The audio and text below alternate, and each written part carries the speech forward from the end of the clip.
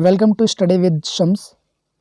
Bihar board की होने वाली वार्षिक परीक्षा में क्लास 12th की 100 मार्क्स की हिंदी विषय में ग्रामर सेक्शन से यानी कि व्याकरण खंड से कितने अंक के और कौन कौन से टॉपिक से क्वेश्चन पूछे जाने की संभावना है, इस पर कंप्लीटली डिस्कस इस वीडियो में किया जाएगा। अगर आप होने वाली परीक्षा में शामिल होना चाहते हैं या शामिल होंगे तो इस वीडियो को आप ज़रूर देख लीजिए। अगर आपको मेरी बात समझ में नहीं आई हो तो आप वीडियो को रीप्ले करके देखिए, शुरू से फिर देखिए। अगर आपने मेरी बातों को सही से समझ लिया है तो फिर चलिए आगे बढ़ते हैं। 100 अंक हिंदी में व्याकरण खंड से पूछे जाने वाले संभावित कुछ टॉपिक। आपको पता है कि 50 मार्क्स के ऑब्जेक्टिव प्रश्न होंगे और 50 मार्क्स के सब्जेक्टिव प्रश्न, यानी 50% ऑब्जेक्टिव प्रश्न पूछे जाएंगे। लेकिन इस 50 का चुनाव करने के लिए आपको 100 विकल्प दिए जाएंगे। 100 ऑप्शन में से किसी 50 का चयन करना है आपको। ये तो आप बहुत अच्छी तरह से जानते होंगे, पिछले कई साल से ये पैटर्न लागू है। अब जानते हैं कि व्याकरण के किस किस टॉपिक से ऑब्जेक्टिव प्रश्न बन सकते हैं।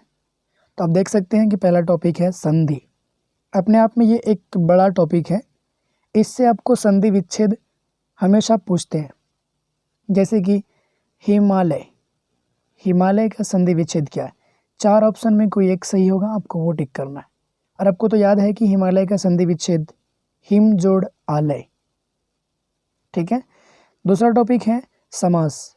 अगर आपका संधि क्लियर नहीं है तो पहले से वीडियो बनी हुई है, आप उसको देख सकते हैं। तीसरा टॉपिक संज्ञा है। इसके बाद है सर्वनाम, कारक, मुहावरे, विशेषण, उपसर्ग, प्रत्यय, शब्द शुद्धि। इसके बाद है काल, उसके बाद लिंग और फिर है उच्चारण स्थान। इसके अलावा भी कुछ 1-2 टॉपिक हो सकते हैं, इसके अलावा भी, और हो सकता है कि इसमें से कुछ टॉपिक से प्रश्न नहीं भी हो। ये पॉसिबिलिटीज़ है, संभावनाएं हैं।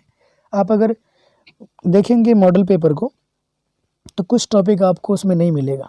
जैसे संधि है तो इससे आपके मॉडल पेपर में भी क्वेश्चन है, लेकिन समास से नहीं है, सर्वनाम से नहीं है, कारक से नहीं है। लेकिन ये हिंदी व्याकरण का ऐसा टॉपिक है जिससे हर एक एग्ज़ाम में कुछ न कुछ प्रश्न होते हैं और आपके एग्ज़ाम में भी हो सकता है। तो आपको ये सारे टॉपिक को ज़रूर पढ़ लेना चाहिए।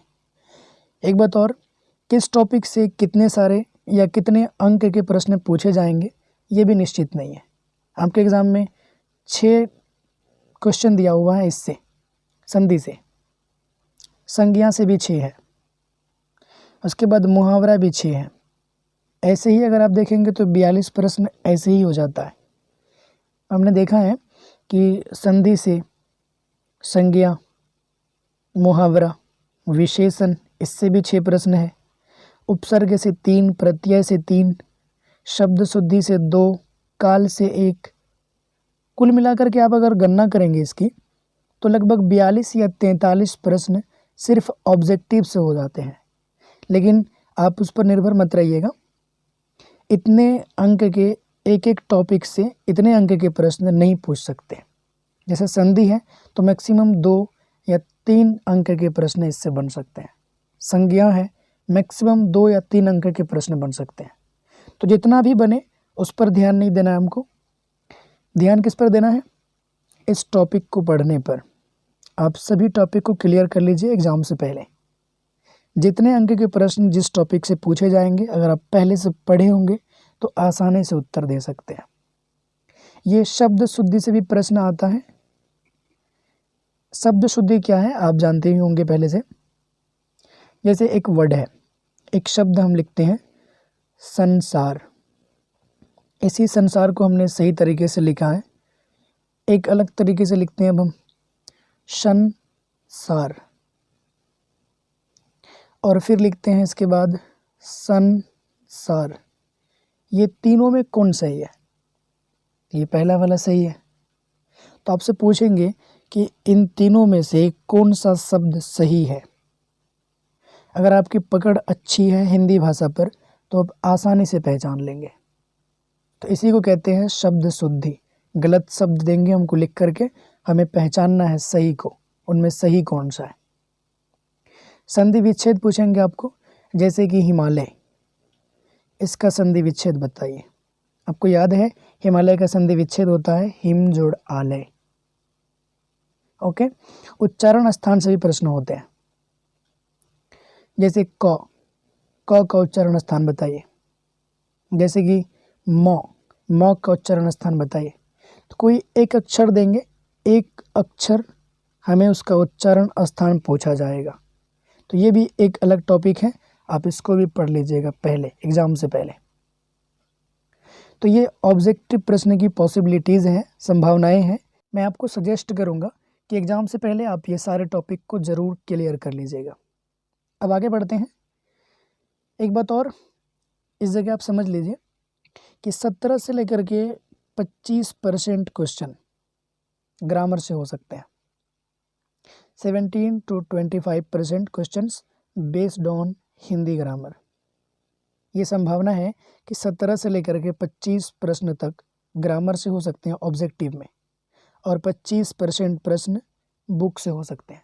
बस ये एक संभावना है, हो सकता है कि 20% प्रश्न ग्रामर से हो और 30% बुक से हो, ये भी हो सकता है, या 33% बुक से हो और 17% ग्रामर से हो।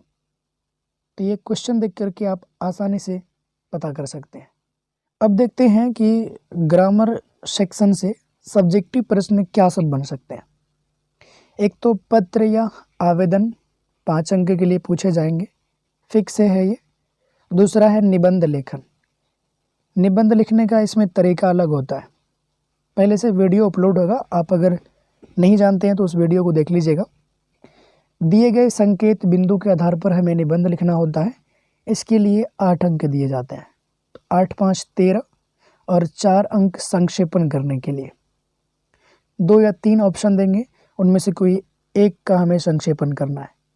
तो कुल मिलाकर के 17 अंक, 17 मार्क्स के क्वेश्चन जो हैं सब्जेक्टिव में ग्रामर सेक्शन से हो सकते हैं। बाकी इधर बचा 33 अंक के प्रश्न, तो ये बुक से होंगे आपके। तो कुल मिलाकर के हो गया 50।